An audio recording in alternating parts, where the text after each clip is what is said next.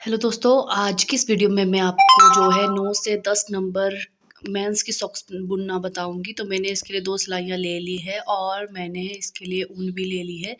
आप इस तरह की बंद सिलाइयाँ भी ले सकते हो और जैसे मैंने खुली ली है आप इस तरह की भी ले सकते हो। तो सबसे पहले हमें जो है फंदे लगाना है। उसके लिए हमें धागे की स्टार्टिंग वैसे धागे को इस तरह से ले लेना है और पीछे मोड़ना है, जैसे कि मैं मोड़ करके आपको दिखा रही हूँ इस तरीके से। और यहाँ पर हम गांठ लगा लेंगे। जो हमने ये इस तरह से धागा पीछे मोड़ा है इसी में से हमें फंदे लेने हैं, तो इस तरह से हम यहाँ पर गांठ लगा लेंगे। तो मैं 9 से 10 नंबर के लिए सॉक्स तैयार कर रही हूँ, तो मैं 56 फंदे लूँगी क्योंकि पाँव ज़्यादा चौड़ा नहीं है। तो इस तरह से गांठ मारने के बाद हमें इस तरह से उंगली में इसे घुमाना है और सिलाई के अंदर ऐसे डालते हुए जो हमने सिंगल धागा हाथ में पकड़ा है उसे इस तरह से घुमाते हुए इसी उंगली से इसे वापस इस तरह से निकाल देना है। बस इसी तरह से हमें फंदों को बनाते जाना है।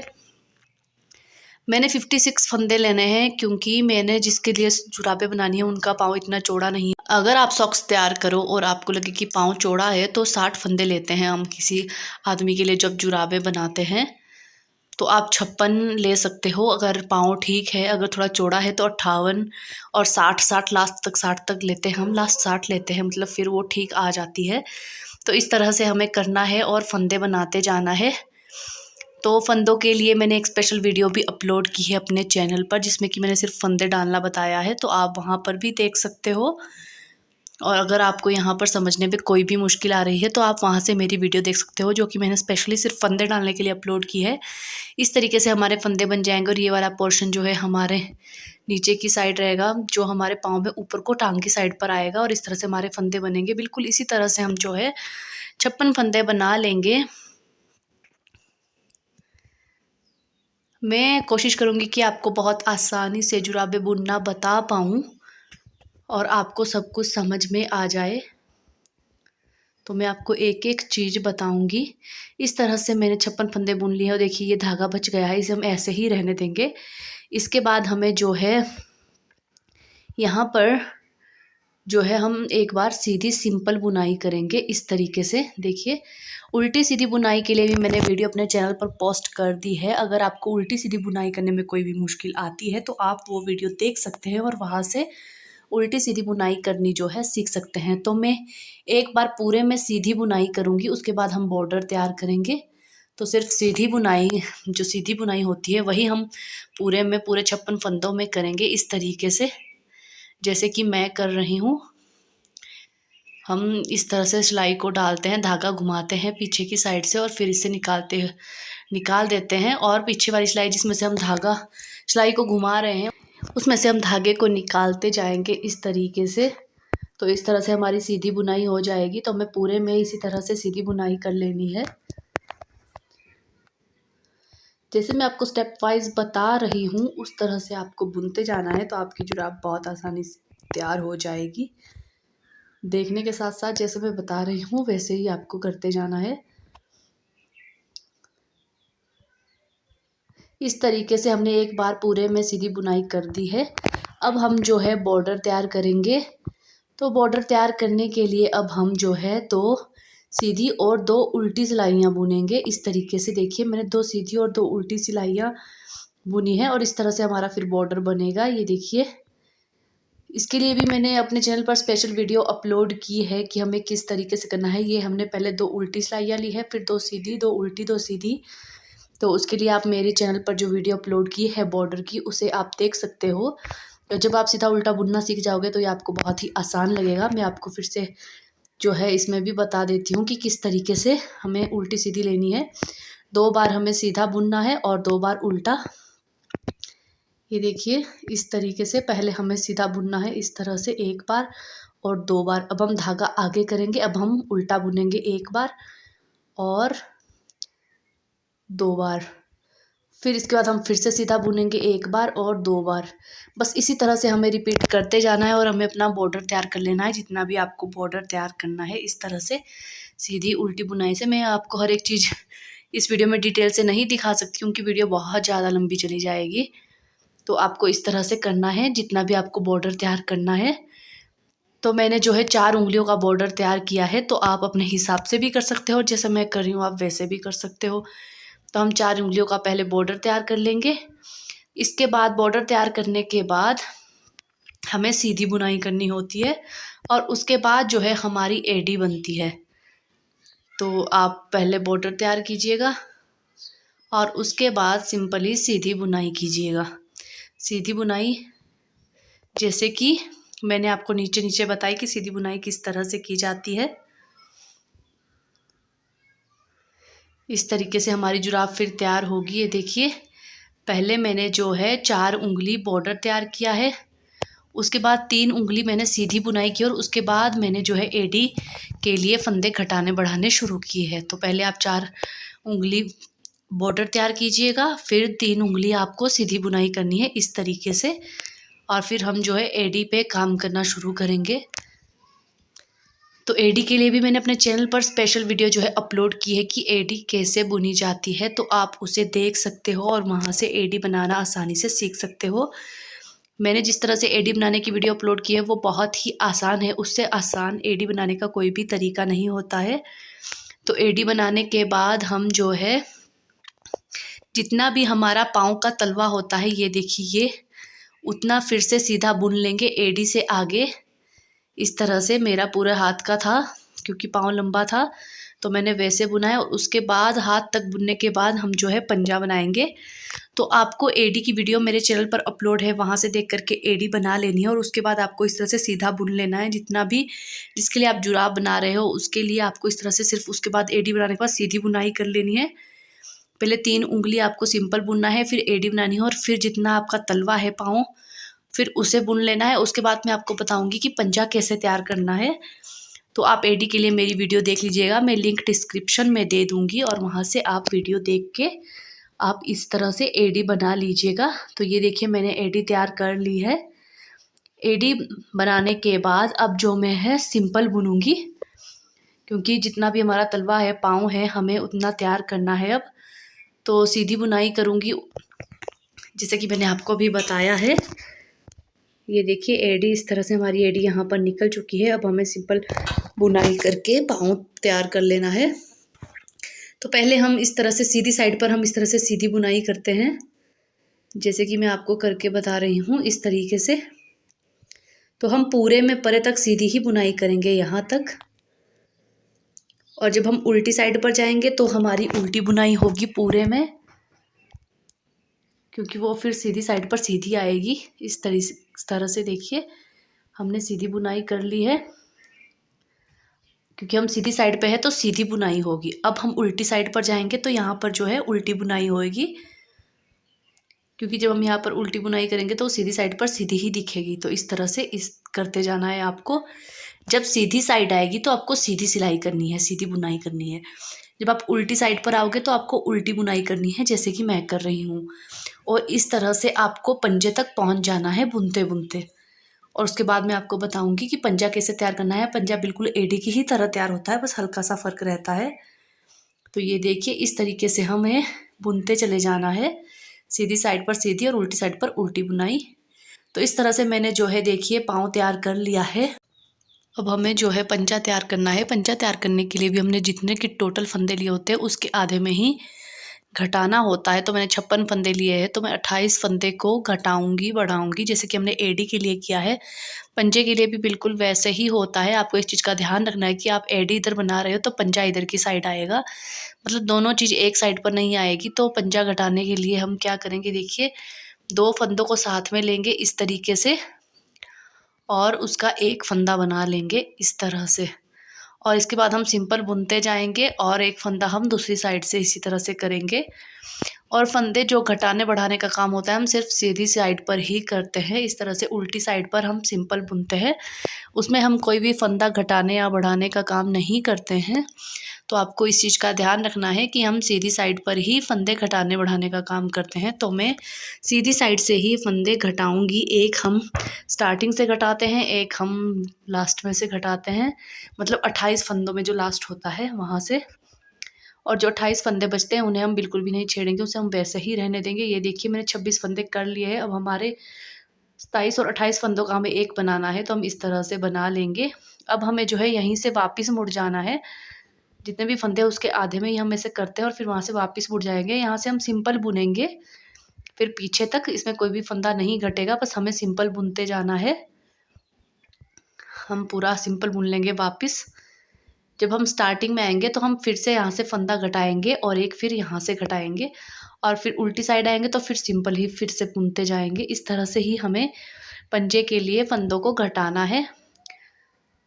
आपको एक चीज़ का ध्यान रखना है, एडी यहाँ बन रही है हमारी, जैसे देखिए तो हमारा पंजा इधर बनेगा और जब हम दूसरी सॉक्स तैयार करेंगे तो हमारी एडी जो है इधर बनेगी और फिर पंजा इधर बनेगा। इससे हमें उल्टी और सीधी सॉक्स का पता चलेगा, नहीं तो दोनों सॉक्स एक जैसी हो जाएगी, आपको पता ही नहीं चलेगा कौन सी उल्टे पाँव की है कौन सी सीधे पाँव की। तो आपको इस चीज़ का ध्यान रखना है, एडी इधर बनेगी तो पंजा परे की साइड बनेगा और दूसरे में एडी इधर बनेगी तो पंजा इधर बनेगा। बस आपको इस चीज़ का ध्यान रखना है और आपको इसी तरह से फंदों को घटाते जाना है। एडी में हमने लास्ट 10 फंदे तक रखा था, जब हमारे 10 फंदे हो गए थे तब तक ही घटाया था। यहाँ पर पंजा थोड़ा चौड़ा होता है तो आपको ध्यान रखना है, लास्ट आपको 12 फंदे रखने हैं, मतलब जब आपके फंदे 12 हो जाएंगे उसके बाद आपको नहीं घटाना है। तो देखिए मेरे फंदे जो है लास्ट 12 बच चुके हैं, अब हम इसके बाद नहीं घटाएंगे।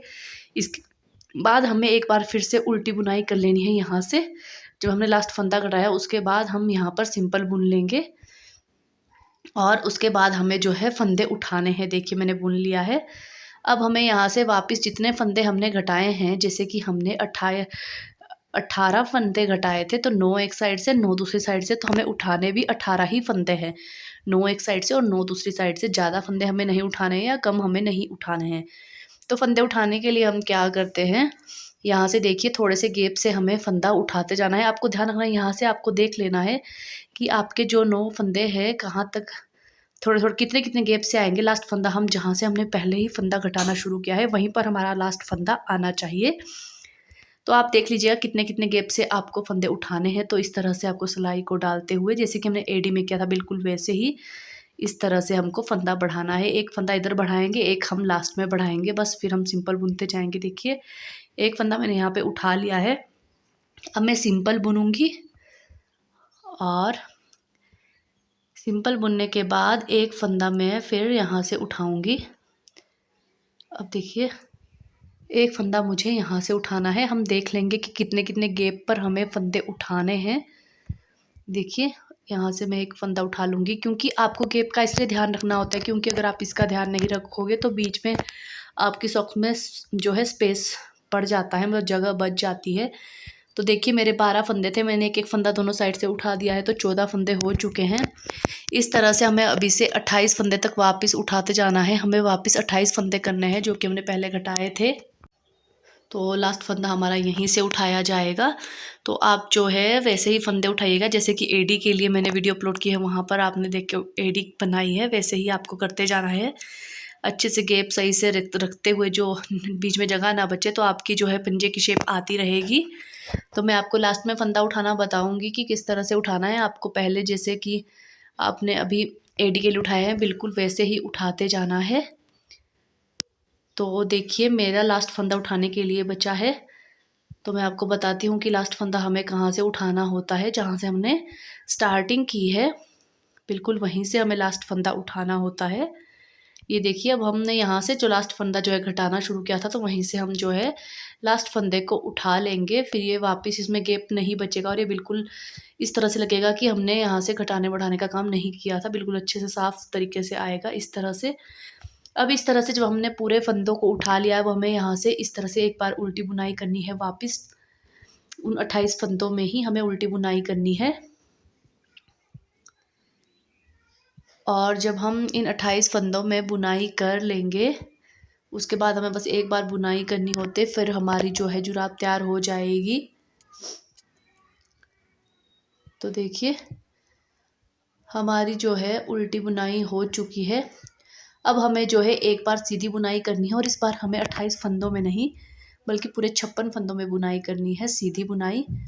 तो हमें पूरे 56 फंदों में सीधी बुनाई करनी है। यहाँ तक सिर्फ एक बार हमें बुनाई करनी है, अब सीधी बुनाई पूरे 56 फंदों में। तो मैं जो है पूरे 56 फंदों में बुनाई कर लेती हूँ, उसके बाद बताऊँगी कि किस तरीके से करना है। तो इस तरह से हम पूरे 56 फंदों में सीधी बुनाई कर लेंगे। अब जो हमने जहाँ से लास्ट फंदा उठाया था और हमारे पिछले जो 56 फंदे हैं उसके बीच में गैप था वो नहीं बचेगा, वो पूरा भर जाएगा जब हम एक बार सीधी बुनाई कर लेंगे।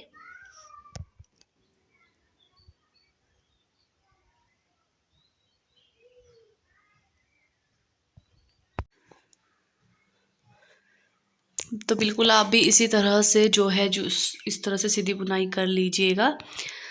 और अब इसके बाद हमें क्या करना है, अब हमारा जो पंजा देखिए तैयार हो चुका है। अब हमें जो है 56 फंदे हमारे जैसे है उसमें से हमें जो है 28 फंदे दूसरी सिलाई में ट्रांसफ़र करने हैं। देखिए यहाँ पर गैप भी नहीं बचा है, तो इस सिलाई में हमें जो है 28 फंदे ट्रांसफ़र करने हैं। तो हमें किस तरह से लेने हैं, हमें इस तरह से लेने हैं जैसे कि मैं आपको बताती हूँ। हमें कोई भी बुनाई नहीं करनी है, बस जैसे कि हमारे पास है उसमें से देखिए इस तरह से हमें इसमें से 28 फंदे इसमें ले लेने हैं, 28 वापस रखने हैं इस तरीके से।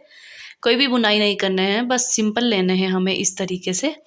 तो इस तरह से मैं 28 फंदे इस सिलाई में जो है ट्रांसफ़र कर दूँगी इस तरीके से। तो मैंने 28 फंदे ट्रांसफ़र कर दिए हैं। उसके बाद हमें उल्टी साइड को बाहर की तरफ रखते हुए सीधी साइड को अंदर की साइड रखते हुए इस तरह से करना है। इस तरीके से मोड़ देना है, मतलब इसे इस तरह से उल्टी साइड बाहर की तरफ होगी और सीधी साइड अंदर की तरफ। उसके बाद हमें क्या करना है, हमारी तीसरी सिलाई ले लेनी है हमें, और हमें एक फंदा जो है इस सिलाई से लेना है और एक फंदा जो है इस सिलाई से लेना है इस तरह से। और इसका जो है हम एक ही फंदा बना लेंगे इस तरीके से। तो आपको थोड़ी मुश्किल आएगी ये चीज़ करने में, लेकिन आप आराम से कीजिएगा तो हो जाएगा। इस तरह से हमने ले लिया है एक फंदा, और हम पिछली सिलाई से इन फंदों को वापस गिरा देंगे जैसे कि हम बुनाई में गिराते हैं। और फिर इस फंदे को हम इस सिलाई में इस तरह से डाल देंगे यहाँ पर इस तरह से। और अब हमें फिर से यही करना है, एक फंदा हम परे की साइड से लेंगे इस तरह से, और दो फंदे हम इस सिलाई से लेंगे क्योंकि इसमें हमने अभी एक डाला है, जिसमें हमने एक अभी डाला है उसमें से हम दो लेंगे और परे वाली में से एक लेंगे, और इसी तरह से हम जो है चलाते जाएंगे। और लास्ट में हमारे पास एक फंदा बचेगा, वहाँ तक हम इसी तरह से करते जाएंगे, लेते जाएंगे। जैसे एक फंदा इससे लिया, पहले दो एक एक लेना है, उसके बाद इस तरह से लेना है, एक मिस इसमें से और दो इसमें से लेने हैं इस तरह से। देखिए दो ले लिए है मैंने, एक जो मैंने अभी डाला वो और एक जो इसमें है, और उसका भी हम जो है एक फंदा बना देंगे इस तरीके से, इस तरह से। फिर इसे निकाल लेंगे और इसको फंदे को फिर से इसमें डाल देंगे ये वाली सिलाई में जिसमें हमने अभी डाला है। और उसके बाद फिर से हमें क्या करना है, एक फंदा यहाँ से लेना है और दो फंदे हम ये वाली सिलाई से लेंगे। बस इसी तरह से हमें करते जाना है और लास्ट एक फंदे तक हमें इस तरह से बुनते जाना है। ये हमारी सॉक्स की एंडिंग है, और हम बस यहाँ पर भी एक फंदा बनाते जाना है, एक इसमें से दो इसमें से लेते जाना है, और बस इसी तरह से करते जाना है। अब मैं फिर से इस फंदे को इसमें डाल दूँगी और हमें फिर से यही रिपीट करना है। तो आप बिल्कुल ऐसे ही करते जाइएगा, एक इसमें से और दो इसमें से, और ऐसे ही बुन के लास्ट एक फंदे तक आप ऐसे ही करते जाइएगा।